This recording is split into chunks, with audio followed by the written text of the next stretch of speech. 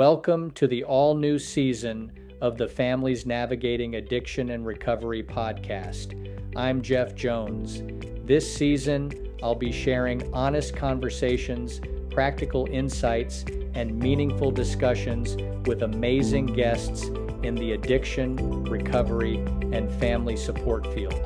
We'll talk about the realities families face when addiction becomes part of their story, the fear, the strain on relationships, the uncertainty, the hope, and the small shifts that can begin to change how a family responds. As you listen along, I hope each episode gives you something to reflect on, something useful to take with you, and a little more support for the road ahead. Well, hi there. Today I am going to be talking about the risks to family members who have an addicted family member, the risk to the family for following the traditional addiction in the family guidelines. And that is the potential for extreme thinking, either this or that, what I call black and white thinking. And this can manifest a number of different ways.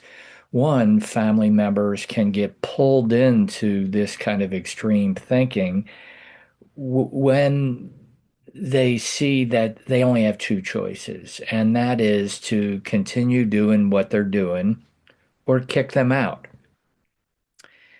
Ultimatums is another example. Give them an ultimatum, do this or kick them out, kind of thing. What is not being recognized here is that addiction's brain impairment is associated with how they're going to make decisions. So, the whole brain disease concept is about they're not going to be able to make good decisions. So give them an ultimatum, which puts them under stress, or the whole tough love kind of scenario. And just like any other brain, human brain that is under stress, it is going to have a reaction and normally come from that reaction. So, although the family didn't cause the problem, and it wouldn't improve, the addiction wouldn't improve without the family taking responsibility to do something different. And when I say the family doing something different, I want to be very clear here. The family did nothing wrong. They didn't sign up for this journey. However, if they don't take responsibility for it, it's not going to end in a good way. It's going to end how it oftentimes ends, with the statistics, for many years have been every day about 300 people die from overdose or an addiction related cause. Every day, 300 deaths. Why is this okay? Well, I don't think it is okay. I see the family as being in the perfect position to make decisions to change the way their relationship is with their addicted loved one early. And when they do that, they have the most potential to influence an addicted family member. Yes, you heard me correctly. They have the most potential to influence an addicted family member. And it isn't just about, myopically focusing on that one person and getting them to change. Of course, that is a goal. But just like Albert Einstein said, we can't solve a problem with the same thinking that was present when that problem was created. Well, how do we really operationalize it in the context of addiction in the family? Well, go to my website, thefamilyrecoverysolution.com. There's a masterclass, 6-session masterclass that identifies this whole healing arc for family members to go through a process to where they, with inside themselves, within their relationships, how they communicate with their addicted family member, and how they do family together, all of these three things start to incorporate little changes that over a period of time leads to the family becoming stronger than the addiction. I know this is possible. And the traditional addiction in the family guidelines, there's risks to family members for following this very old thinking process for family members. And part of the risk is health problems for family members. And there's so much research about this with Dr. Gabor Mate's book, When the Body Says No. And so when family members don't make change, for instance, when they don't set boundaries, and family members aren't going to be able to set boundaries when their nervous system is activated, that's just an aside. But the health problems that family members may inadvertently get, like they didn't sign up for this, but it's like GI problems, autoimmune conditions, heart disease, cancer, potentially Alzheimer's. Like this is a big deal to be living in an environment of stress, which family members do for a long period of time. It's a big deal. And I really want to encourage family members to take back their power where the family's rules of engagement become stronger than addiction's rules of engagement. And addiction's rules of engagement comes in and addiction does what it wants when it wants, however it wants to do it. And the family is reacting to addiction's rules of engagement. And I know that the family can actually create their own rules of engagement, but they're not going to be able to do this unless they start to make change.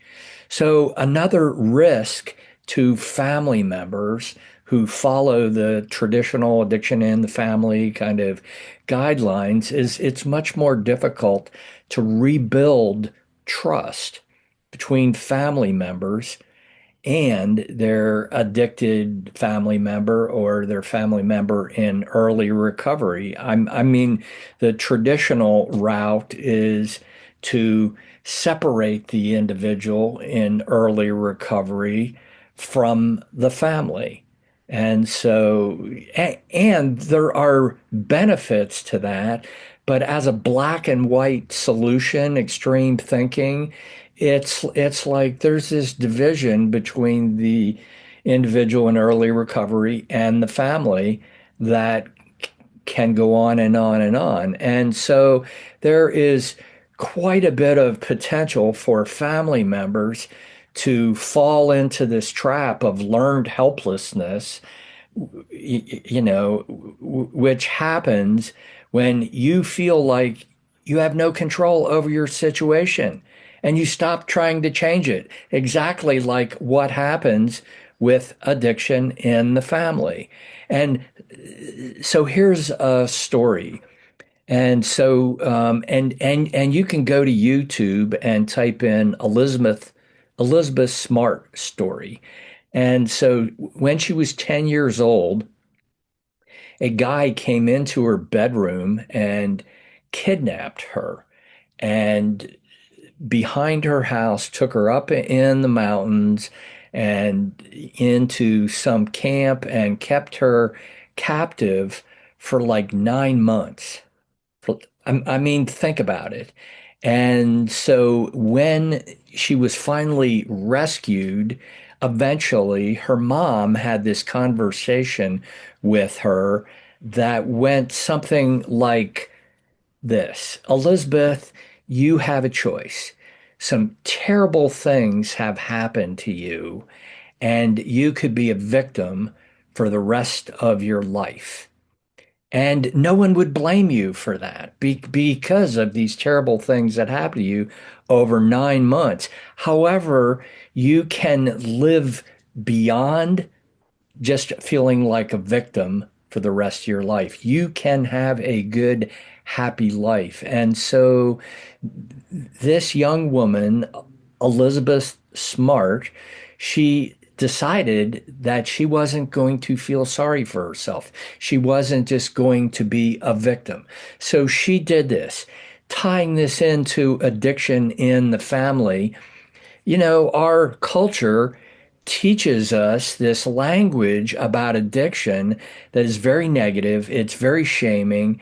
It identifies someone as being the black seed and their family. They're the black seed of the village or town or city or whatever. The whole shaming language around addiction in the family is horrible, and it reinforces family members to feel helpless, to feel like the victim, to feel like they can't do anything. And they can do something. And I know that they can do something, but they are going to need to get to a place where they can make change. Like, can they do this by themselves? Well, they probably can't because they're stuck in this cycle, believing all this BS that the traditional addiction in the family recovery space kind of puts out there. And I say BS because I no longer buy into it. And so it's actually, hopefully, this can be a wake up call for family members to know that what I'm calling BS there is inaccurate, and it has infected family members' stories that they tell themselves about what has happened in their own family and what they need to do. And it doesn't identify you, just like the Elizabeth Smart story, these horrible things, they affect us, they shape us. Actually, they shape neural pathways in our brain, specifically when we create negative stories that we tell ourselves over and over. We're going to be more prone to being stuck in learned helplessness. So there's a way out. And on my website, you'll see this masterclass. And so let me just kind of say there's three things that is a place to start for anybody, and these three things is what I'm going to start with when I work with any family. And then once I get to know them and their situation and how long they've been in this, what they've tried, what's kind of started to help them feel better, what hasn't worked at all, then it's nuance, it's customized. But those three things that everyone needs to learn. And it's a shift in mindset, creating a mindset of curiosity where we recognize the traditional thinking about addiction is black and white. It's thinking in extremes. And we have an impulse, we have a thought that comes up when something happens, and we believe it's true. We believe it's the only truth. And we get into a habit of telling, telling, not asking. So that's key right there. And the myopic focus is just focusing on one thing, our addicted family member. And so the mindset of curiosity, we expand that, not to forget about the addicted individual, but to also include what's happening around them, which could be generational trickle down, it could be peers, it could be something that happened last year or when they were a child that they haven't got. It could be so many different things, but we need to incorporate this both and thinking process that will be able to slow us down when we have black and white thinking, because it's not realistic. We're not going to have black and white thinking. And as Viktor Frankl has said, so brilliantly said, this is a lesson he learned himself, is that between stimulus and response, there's this little space, and it's a pause. And when we take that pause, that is where we have the most power to make this mindset shift. And we can, I want to say, best make this, or maybe only make this, when we learn to calm our own nervous system. Because living with addiction in the family, being worried about the life of a family member and that they could die at any moment, of course, our nervous system is going to be activated, which is normal. And what isn't normal, and I really want to support family members, kind of be having a practice to make it normal, to calm their own nervous system. And I know that can be done. And so many people have done it. And there's a thing, I think it's Dr. Andrew Huberman. He has this physiological sigh. It sounds so simple. Well, it's a beginning. Actually practice that, you know, 3 or 4 times a day, that physiological sigh, several times, 3 or 4 times a day, and watch what happens. You'll be able to notice that pause between stimulus and response. And the last thing that I point out to family members that I start to work with is to recognize patterns, recognize generational trickle down patterns, and also recognize these